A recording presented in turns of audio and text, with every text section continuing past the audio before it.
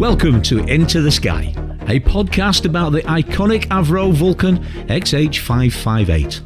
I'm Martin Price, and this is Season 2, where you'll hear from people close to XH558, from pilots who have flown her, to the volunteers who look after her, and the team who are in charge of securing her future. Join us as we explore the history of this magnificent aircraft and learn about how she will inspire the next generation of engineers through STEM education. Look into the past to improve the future. Today, we're pleased to welcome a gentleman who has become an integral part of the team at Vulcan to the Sky. He organises and coordinates the volunteers and guests on Visitors' Day. It's our airside manager, Jim Debenham. Hiya, Jim. How are you?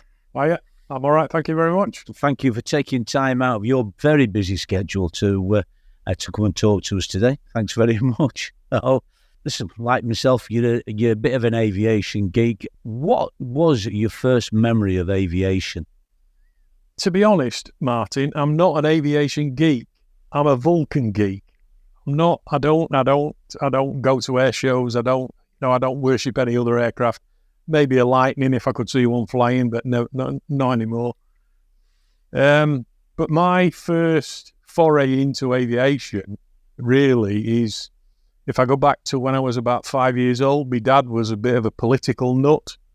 Him and a couple of friends, they were well into politics. And round about my 5th birthday was the time of the Cuban Missile Crisis. So it was getting talked about an awful lot in our house.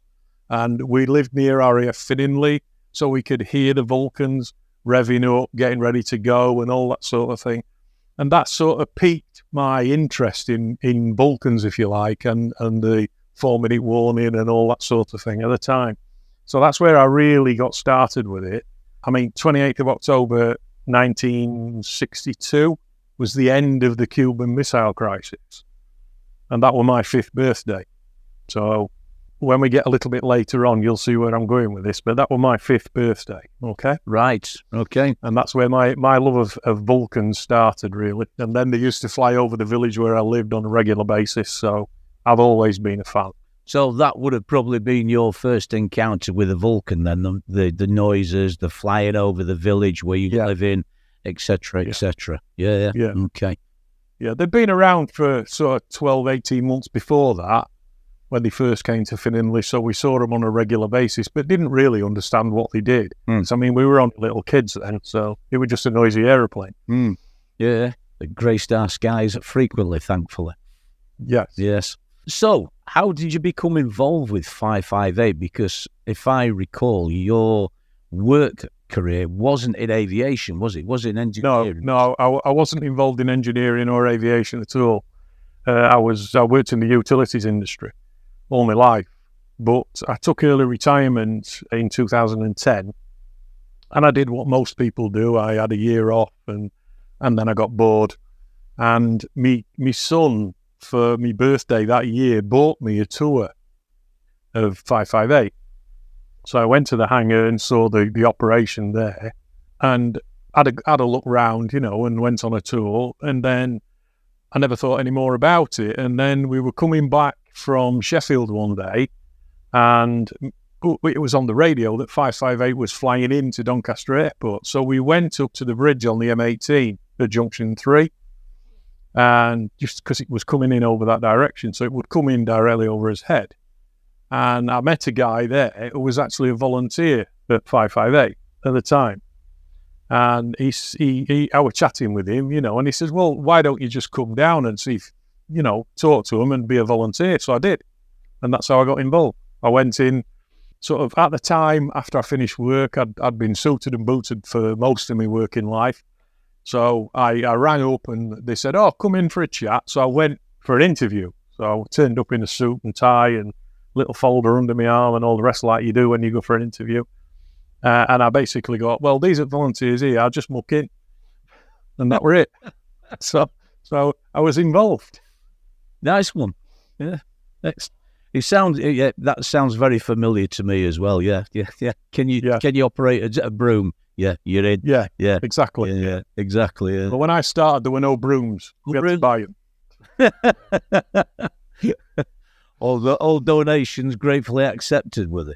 Exactly, yeah. Yeah. So what was your first role when you joined the 558 team? I joined as a tour guide, so that were basically showing people around the jet and sort of following people like there was Steve Ware, who was the more or less lead volunteer then, and a couple of other people, and you sort of learned parrot fashion about the jet and about its history and all the rest of it. So I just followed Steve around for a few days, picked up what I needed to pick up, and then got on with showing people around the jet. But I quickly became involved in looking after the displays that were in there because they were a little bit messy and a little bit, and I don't like things like that. So I sort of said to the boss at the time, you know, do you mind if I just have a tidy up and put a few new bits out? And that's what I did. And I got more and more involved in that, and things just snowballed from there, if you like. So you're the one responsible for tidying the hangar up then, are you? No wonder we couldn't find anything. That was me. Yeah. I was the first one to ever pick up a duster. Oh, really? Yeah. Right. So, I mean, the things have changed dramatically over the time that you've been involved with 558, from the early days in the hangar to where we are now. So, just briefly, I mean, I know you've just explained a little bit there, but about the what it was like in the early days when you joined as a tour guide, you know, and what it was like for you when 558 was still flying at that point. It was an amazing time to be involved, but it was also a difficult time to be involved because we weren't allowed anywhere near the jet. So everything was cordoned off because the license for the CAA meant the general public and us as tour guides weren't allowed anywhere near the jet. We weren't allowed in the cockpit. We weren't allowed to touch anything. There were barriers around everything, and we could only work around them barriers. So it were a lot different to what it is today. I mean, today we have carte blanche access and we go where we like. But back in the day when you were flying, there were rules and regulations that we had to follow. And also, the environment of the hangar was classed as airside. So you had to have the right permits. You had to, you know, if they opened the big doors and you hadn't got a permit, you'd got to get out of the hangar because it was classed as airside. So it made it a lot more awkward to do the job, if you like. Once you stopped flying, then it made things became a lot simpler because we could take all those barriers away and allow people access to the jet, if you like, which is what they wanted. And they were very, very different animal to what it is now. A little bit more strict then by the sounds of things. It was a lot more strict, yeah. Yeah, it was. So you've been with the Trust now for a number of years. I mean, obviously the 28th of October 2015, that'll always be a date that, like many of us, will remember for a long, long time, sadly. But what do you think is the best memory you've got from the time that you've been with the Trust? It's difficult to pick one, to be honest. There's lots and lots and lots of things. Spending time with Guy Martin. I actually got to do a fast taxi with Guy Martin. That was just awesome. But I think that the thing that sticks in my head more than anything is the people that I've met. You know, the people that come from all over the world to worship that jet.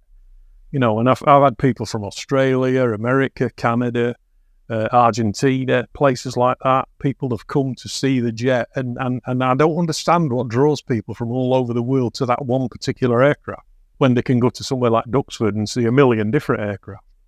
You know, but it's just that's what sticks in my head more than anything. The amount of time and effort that people put in to come and visit that jet. Even now, you know, we have people that come from all over the world just to come on a Sunday morning tour for an hour and a half, and it just amazes me. It does.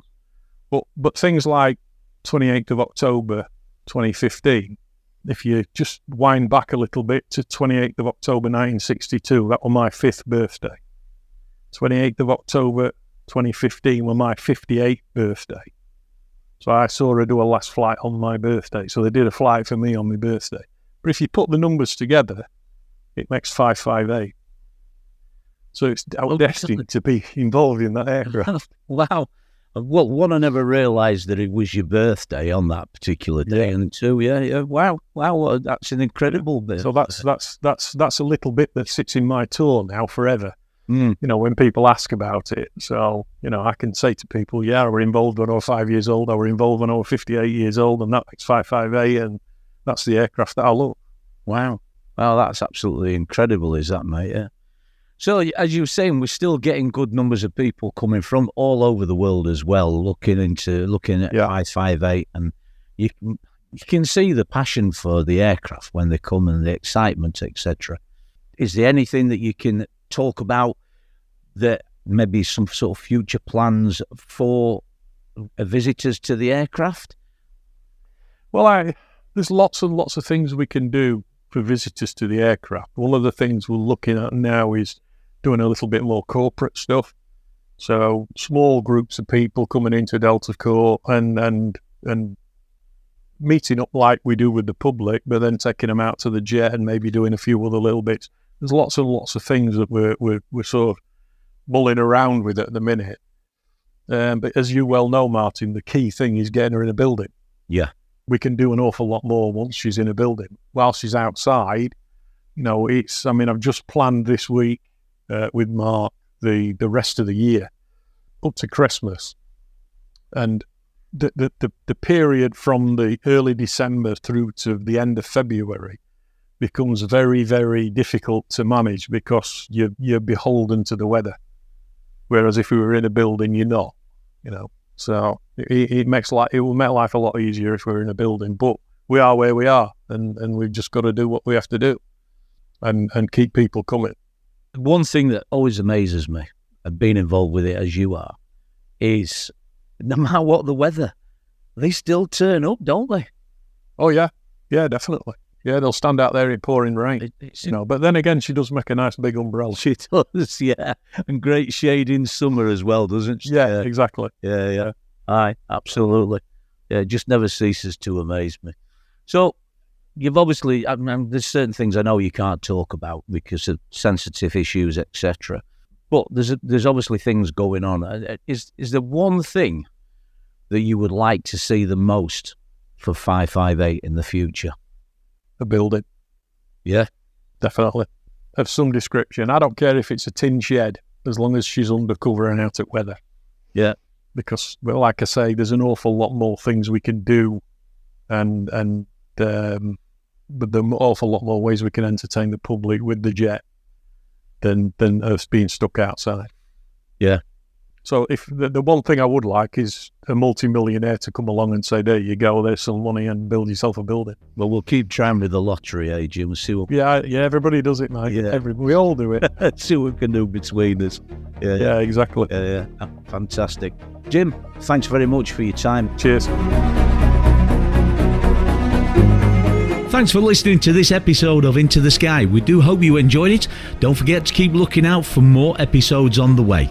And if you'd like to find out more about the work of the Vulcan to the Sky Trust, or maybe if you'd like to make a donation to help safeguard the future of XH558, please visit the website vulcantothesky.org.